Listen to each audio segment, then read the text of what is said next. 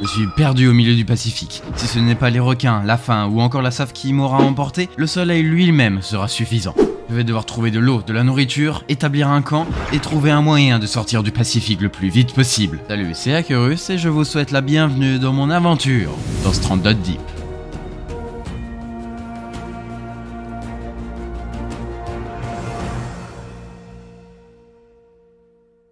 Moi, je dis, j'ai un mauvais pressentiment avec tout ça.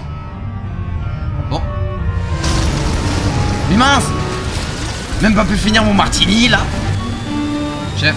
Oh chef! On descend un peu bas là, non?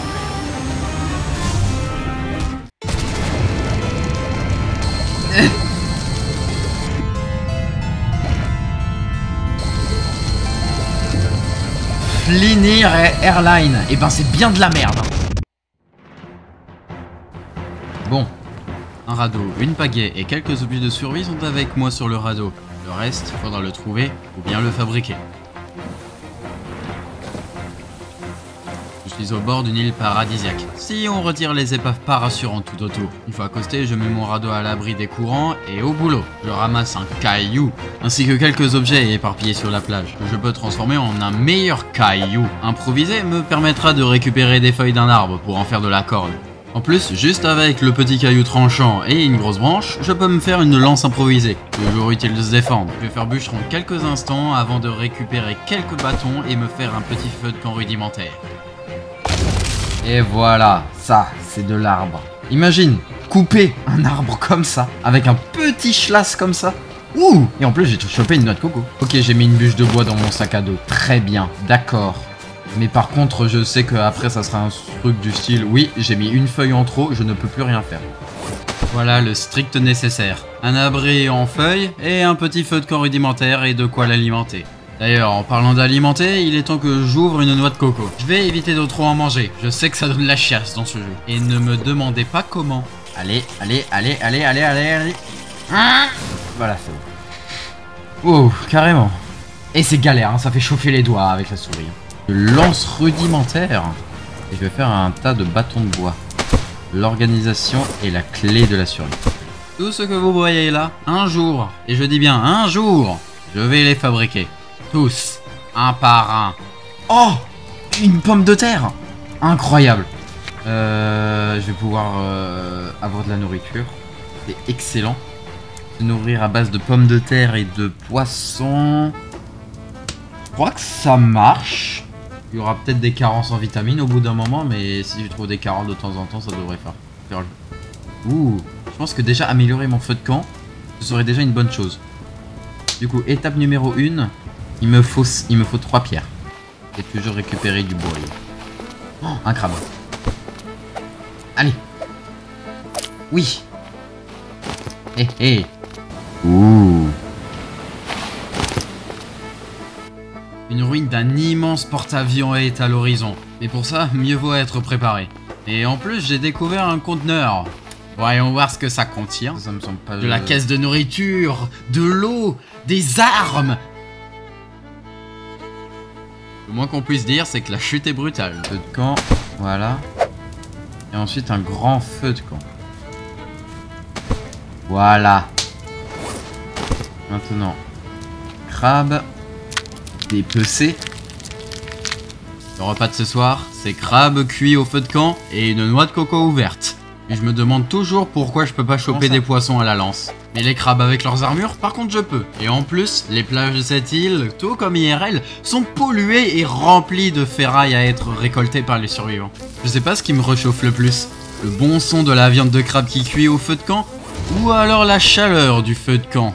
Le crépuscule est déjà là, mais vous savez, mon instinct de survie qui est au maximum. Donc, il est l'heure de faire de l'exploration sous-marine pour choper des épaves. En plus, c'est là où je pourrais choper le maximum de matériaux. La nuit est tombée très vite, et bordel, on n'y voit rien. Par contre, heureusement que j'ai encore mon couteau, je vais faire un peu plus de récolte de buissons. J'ai besoin d'énormément de ficelles, et je peux seulement en fabriquer avec des fibres de plantes. Et spoiler, j'en ai plus. J'ai eu une visite nocturne par Batman et en plus avec les matériaux récoltés sur la plage, j'ai pu me fabriquer un collecteur d'eau. Et voilà, une journée.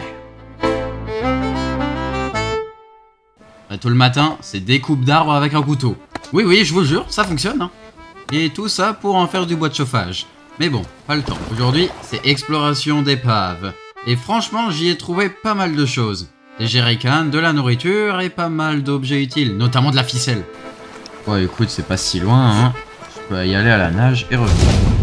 Directement de retour à l'épave, il est temps d'explorer le pont supérieur. Et même pourquoi pas aller check la vigie. Un sacré horizon et personne pour m'aider. Ensuite direction la cale, ça doit être là où il doit y avoir pas mal de ressources. Et ça me fout un peu les boules. J'ai pas beaucoup d'oxygène et j'ai pas moyen de me sortir. Je peux au moins utiliser des bouées de sauvetage pour quelque chose. Je fais un dernier check avant de retourner à la maison au crépuscule. J'ai pas mal de caisses en bois que j'ai réussi à récupérer. Et les ballons de sauvetage vont me servir à fabriquer un vrai radeau. J'ai même fabriqué une étagère en bois pour placer toutes les caisses en bois trouvées dans les épaves.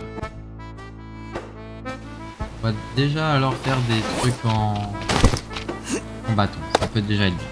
Ah voilà, c'est bon, j'ai débloqué l'artisanat. Mais merde, j'ai qu'une seule planche. Ah, mon petit Rafio est en train de prendre forme. Et de deux. Bien. Ok. Non. Merde, elle s'est cassée. En compensation, dans une épave, j'ai trouvé des bouées de sauvetage et des rations. Voilà, là je suis excellent. Et du coup, il y a quoi dans cette caisse?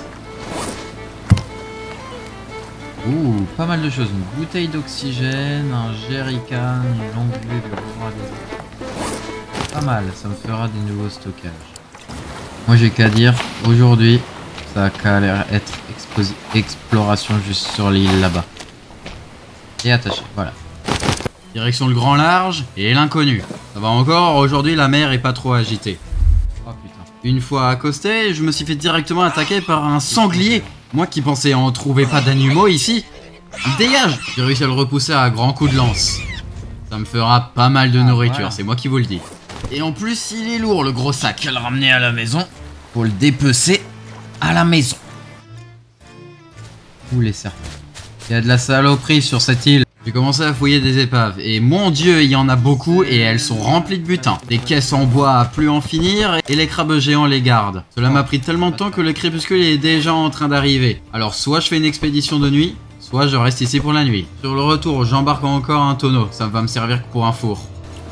Jamais aller à l'eau, ce putain de bateau. Aussi, t'as vu la gueule du bateau? Ah, ok. Alors le retour sera peut-être un peu compliqué. Le jour 4, c'est retour sur une mer agitée avec un tonneau.